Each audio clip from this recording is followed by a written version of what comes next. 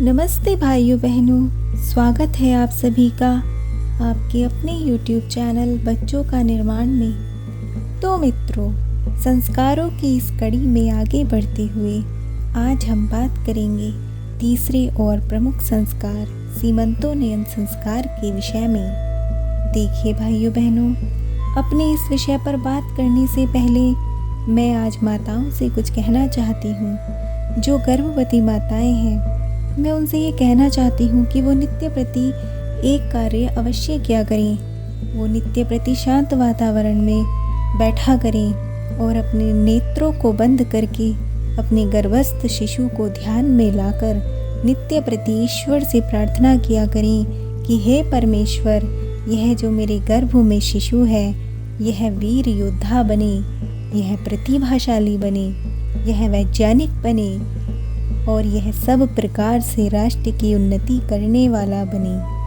यह जीवों पर दया करने वाला बने, यह प्रकृति से प्रेम करने वाला बने, यह माता पिता का आज्ञाकारी बने, यह गुरुओं का प्रिय बने, यह अपनी संस्कृति को और परंपराओं को आगे ले जाने वाला बने, उसको बढ़ाने वाला बने।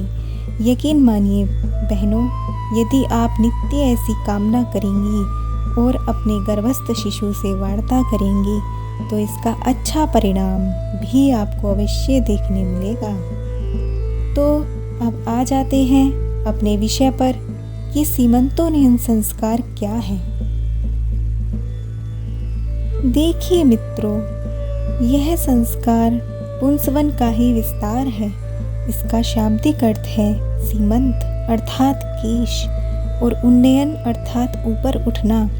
संस्कार विधि के समय पति अपनी पत्नी के केशों को संवारते हुए ऊपर की ओर उठाता था, इसीलिए इस संस्कार का नाम सीमंतोन्नयन संस्कार पड़ गया। इस संस्कार का उद्देश्य गर्भवती स्त्री को मानसिक बल प्रदान करते हुए सकारात्मक विचारों से पूर्ण रखना था।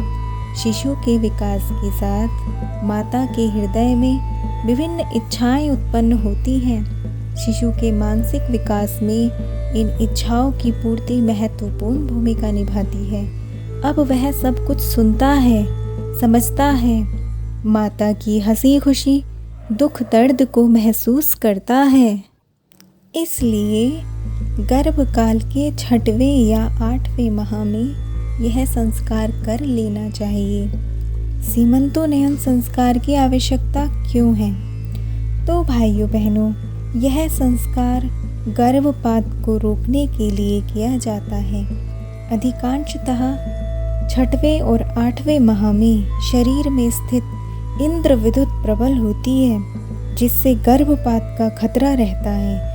इन महीनों में यदि सीमंतोन्नयन संस्कार करा दिया जाए तो इंद्र विद्युत शांत हो जाता है। जैसे आपने सुना भी होगा, यदि 8वें माह में यदि बच्चा माँ से पृथक हो जाए तो वह जीवित नहीं रह पाता, जबकि 7वें माह का बच्चा जीवित रहता है। इसलिए आवश्यक है कि 6वें माह पर ही सीमंतोन्नयन संस्कार करवा लिया जाए, जिससे गर्भपात की आशंका भी समाप्त ही हो जाए। देखिए मित्रों, 4थे माह के बाद शिशु के अंग प्रत्यंग, हृदय आदि बन जाते हैं और उनमें चेतना भी आने लगती है, जिससे बच्चे में सभी जागृत इच्छाएं माता के हृदय में प्रकट होने लगती हैं। इस समय गर्भस्थ शिशु शिक्षण योग्य बनने लगता है। उसके मन और बुद्धि में नई चेतना शक्ति जागृत होने लगती है। ऐसे में जो प्रभावशाली अच्छे संस्कार उसमें डाले जाते हैं, उनका शिशु के मन पर बहुत गहरा प्रभाव पड़ता है। जैसे माता मदालसा के बारे में कहा जाता है कि वो अपने बालक के गुण, कर्म, स्वभाव की पूर्व घोषणा कर देती थी। फिर उसी प्रकार चिंतन, क्रियाकलाप, रहन सहन, आहार और आचरण करती थी, जिससे बालक उसी मनोभूमि ढल जाता है जैसा कि वो चाहती थी। भक्त प्रहलाद ने भी अपनी माता के गर्भ में ईश्वर भक्ति के उपदेश सुन लिए थे।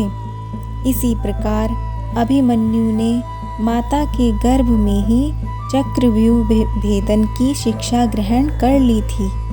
तो कहने का भाव ये है कि गर्भकाल के समय जो संस्कार बालक के निर्मित होते हैं वो उनके संसार में आने के पश्चात दृष्टिपात अवश्य होते हैं। इसलिए माता जैसे गुणों वाली संतान चाहे वैसे ही उसको निर्मित कर सकती है और इसीलिए शिशु के समस्त सद्गुणों को उभारना और दुर्गुणों को समाप्त कर देना शिशु के मानसिक व शारीरिक उन्नति के लिए ही हमारे ऋषि मुनियों ने हमें इन सभी संस्कारों को करने का उपदेश दिया है, जो कि बहुत ही आवश्यक है। तो चलिए भाइयों बहनों, आप इस विषय पर चिंतन अवश्य करें।